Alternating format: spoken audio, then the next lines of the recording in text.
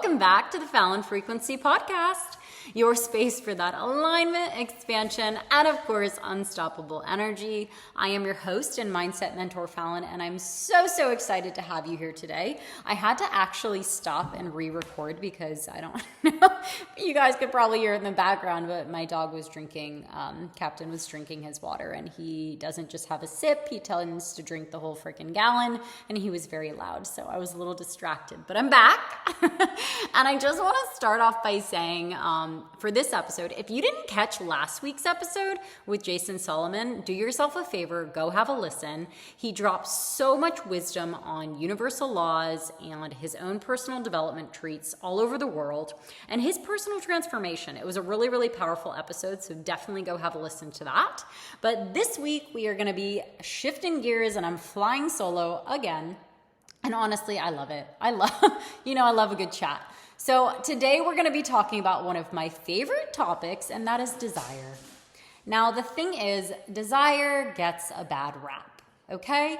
We've been conditioned to believe wanting more means we're greedy, or that we're selfish, or we're just fucking ungrateful for all the beautiful things that we do have in our lives. But the truth behind that is desire is sacred. It does not mean you're not grateful, and it is certainly not random. It is your birthright. Desire is the language that your soul uses to say, hey, this is where we're going next. Like, buddy, we're going in this direction. And this week in my world, like everything has been circling back to desire. How do we hold the frequency of our desires before they show up in our reality? Because manifestation isn't about waiting for the proof. If you're new to manifestation, it's not about waiting for the proof. If this is an old game for you, you understand that it's about embodying the manifestation now. And when you actually learn to do that, when you really understand that concept, this is where time collapses. We are not waiting. We're stepping boldly into our life that we've been craving. And it becomes really more effortless and aligned, okay? So today isn't gonna be about wishing or someday. It's really about claiming it. It's claiming that desire. So I wanna really set the foundation, okay? Like I said, desire is your birthright. Desire is not frivolous. Desire is not something you should feel guilty for. It's your soul's way of showing you what's possible. It's literally the whisper of your higher self pulling you towards your next chapter. If you've touched it in your mind, okay? If you felt it, even for a moment, for a glimpse, for a split second in your heart, you can live that in your reality because energetically you have touched it. That is not a fantasy. That is aligning with your desire. If we think about it like this, you never question a seed's right to grow into a tree. No one stands over an oak seed and says, hey, are you going to become a tree? Like, no, don't do that. Like, don't become an oak tree.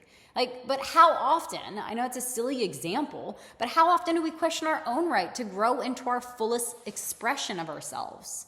You want the career or the relationship or the abundance or better yet, all of it, the fucking entire lifestyle. Like when I think back on my own journey and I think back to my own desires, I've had many. Traveling the world was so big for me. Building a business, stepping into even this moment right now on this podcast. I can honestly say to you that I knew it was coming before it happened. And this is not in an egotistical way. I mean this in like an energetic way. I knew I would travel. I knew I was going to do it. I really didn't know the how, but I knew I was going to do it in some form. And guess what I did? And I did it for like a decade, okay? It wasn't just a dream or someday or that would be good. It was like this frequency, like, hey, Fallon, you're meant to travel, was pulling me there and I went, okay? So I want you to kind of hold on to desire as, let's call it a signal. It is not a sin. And I say this because I did have, a pretty religious upbringing. And I'm grateful. I'm very grateful for the principles and the foundations that shaped me. But I also had to untangle a lot of conditioning around desire being something that was selfish or desire being something that was too much. Or, maybe you've also been told something that, what you're wanting is excessive, or what you're wanting is greedy, or what you're wanting not being part of God's plan. But this is what I know now, okay? We are part of an infinite intelligence, something far bigger than we can actually comprehend. And that intelligence expresses through us, okay? Through our longings, through our passions, through our visions, through our desires. When we feel desire, it is not some random thing. It is guidance. If you are tuned in and turned on, it is guidance. It is abundance showing us what is possible. And no one has the right. Not a parent, not a teacher, not a partner, not even a religious institution has this authority to tell you what you should or should not want.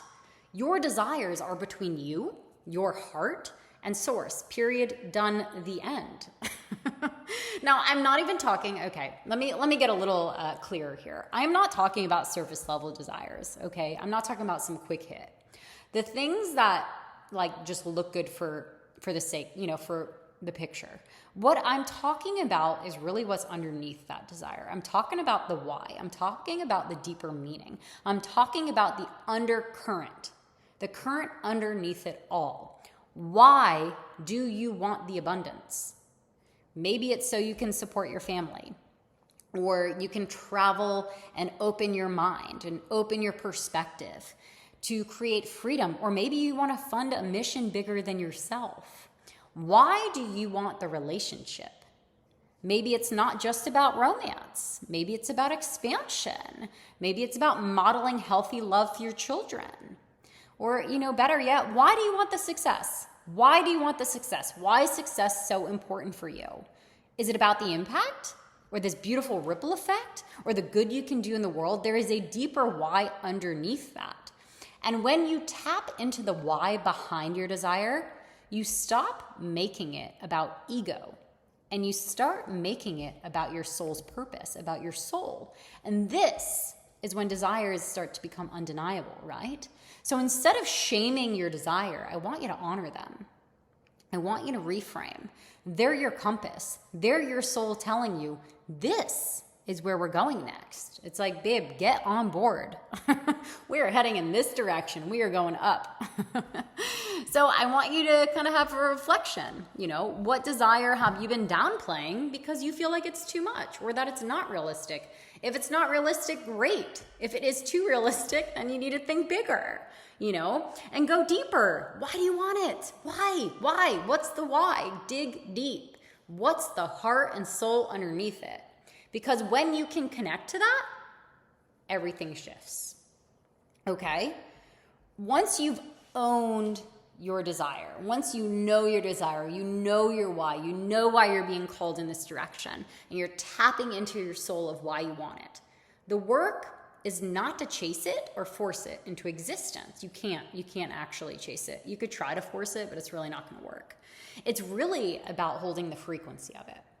If you think of your desire, I think I've said this on a podcast before, or maybe in one of my masterminds, but you think of the desire like tuning into a radio station, okay? Your dream life is already playing loud and clear. We're going to say it's on 101.5, but you're tuned into 88.1, and all you're hearing is the static. That doesn't mean that the song at 101.5 isn't playing. That song's playing. It's playing. It means you're not aligned with the right channel yet. The shift is going to happen when you turn your energy, tune your energy to match that frequency where your desire already is living, okay? And what does that actually look like in your everyday life, okay? If we're talking about, it's like you don't wait for the partner to feel loved. You cultivate that love within yourself first. Or you don't wait for the money to feel abundant. You start living in gratitude and generosity right now.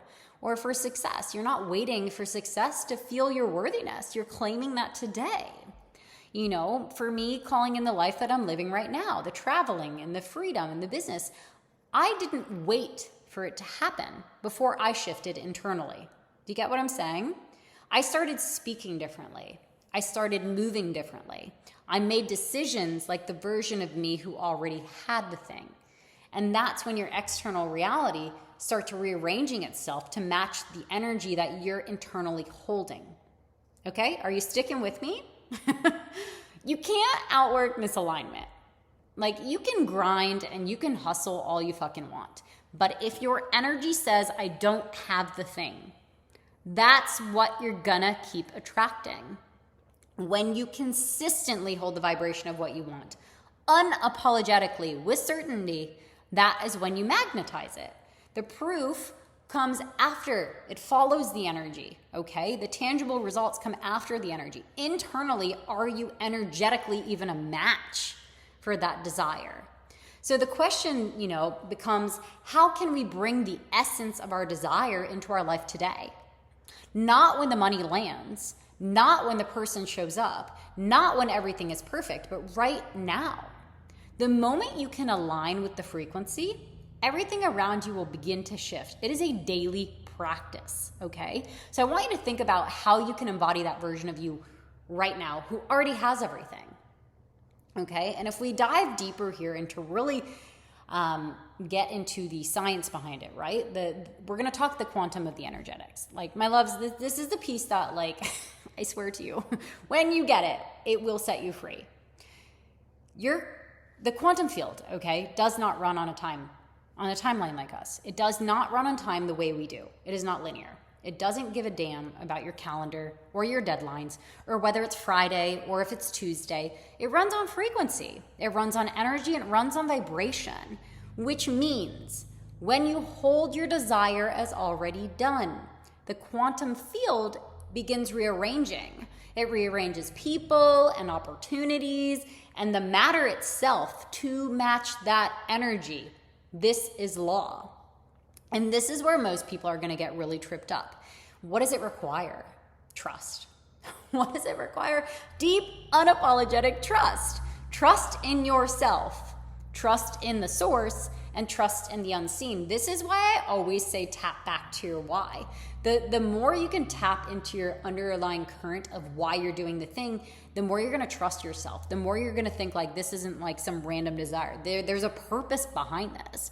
If you're constantly scanning your reality looking for proof, is it here yet? Why hasn't it happened? Why is it taking so fucking long? Then you're not in the energy of having it, are you? You're broadcasting lack. You're actually broadcasting the very thing you don't want. You're affirming the absence of it. And the field will respond to that, okay? If you're constantly scanning your reality, looking around for proof, is it here yet? Why hasn't it happened? Why is it taking so long? You're not in the energy of having. You are broadcasting lack. I felt like that needed to be repeated. You are affirming the absence, okay? So to shift this, to make sure we are not doing this, to make sure we are out of lack, we move from doubt into hope. Or better yet, we move from hope into expectancy. When you expect your desire, you naturally step into appreciation. You're already grateful before it arrives. And that gratitude, that expectancy, that is the magnet. That's like, boop, I'm like just fucking drawing it closer. And as the great Abraham Hicks says, when you tune yourself to the vibrational essence of your desire, you know at your core, it's on its way. You feel it in your bones before you see it with your eyes. If you think of it, we bring it back to plants, okay? Think of it like planting the seed. You do not dig up your seed every single morning to check to make sure that little guy is sprouting. Well, hopefully you don't. You water him, you nurture him, you trust nature's timing, right? Because nature is running in cycles. Nature's doing stuff in that dirt. You know it's growing even when it looks like nothing's happening. You know it. So I want you to always just go back to you as the seed.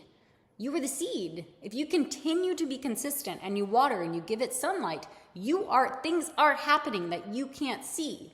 Your desires are working the same way. Your job isn't to micromanage the how or control the when. That is the universe's part. That is the magic of the universe, okay?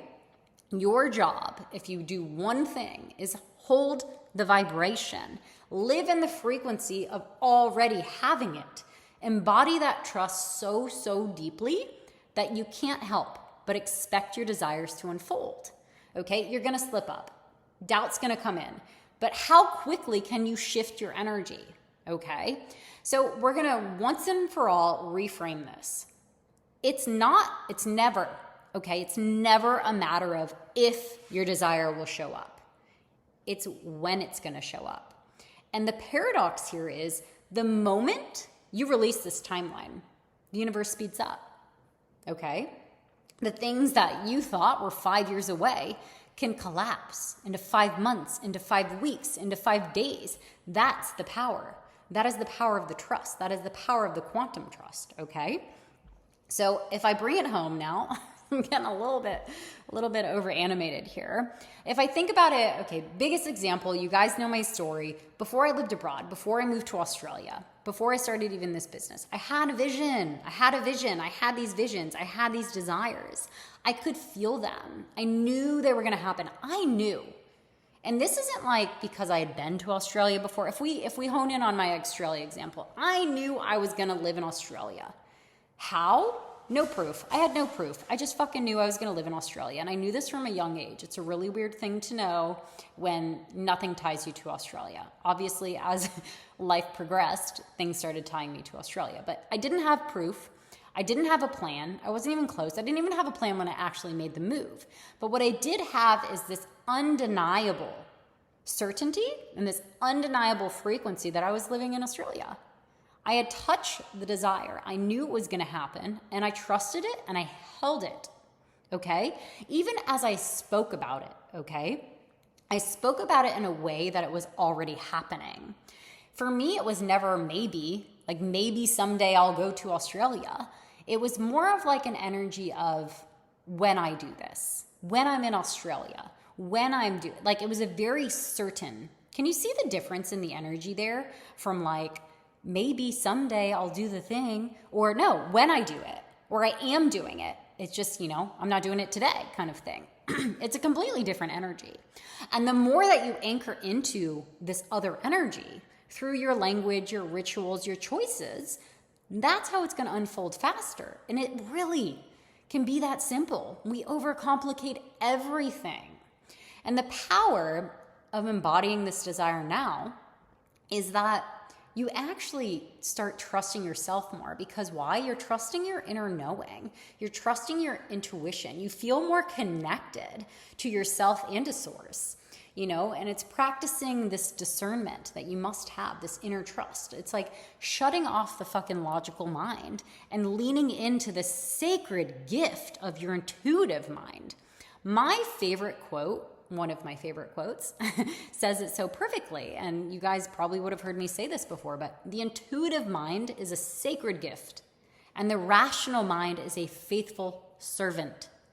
We have created a society that honors the servant and has forgotten the gift. What is that saying? That is saying that society has it fucking backwards. When we're always doing, when we're only operating in the analytical, when we're only following the logical mind, you're doing it backwards. You need to have your intuition turned on. You need to have your inner knowing turned on. And you use your logical, analytical mind to help you get to that desire. It's just like, it drives me nuts. We're not waiting for external evidence to give you permission. We are stepping into the identity and the energy and the choices of the version who already has it. Okay, desire is not about someday. It's about embodying that today. The more you bring pieces of it into your present reality, like I said, how you speak, how you expect it, how you're dressing, how you're moving, the more it's going to magnetize towards you. If you think about your desires and how can you embody them now?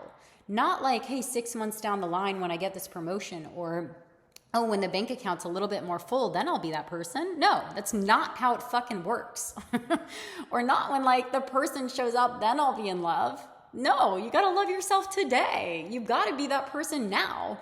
The right person that you're calling in, if we go back to the love story, is like you've got to feel whole on your own, so you're not calling in someone in lack. If you're calling in somebody off lack, you're trying to fill a void, right? So that person's going to fill this hole that you can fill on your own. But I'm not going to go I'm not going to go too crazy into that, because I feel like that's a whole nother podcast. But I want you to realize that even small acts of alignment are going to continue to tell the universe that you're ready, that you're vibrating higher, that you're ready for things to start moving in this tangible reality. So what I want you to take away from today is that desire is divine. Desire is guidance. Desire is your soul calling you higher. You do not need proof before you believe. You do not need permission before you claim it, and you definitely don't need to punish yourself for wanting more, okay? Hold the frequency now. Trust in the unseen. Align your energy daily. This is a daily practice.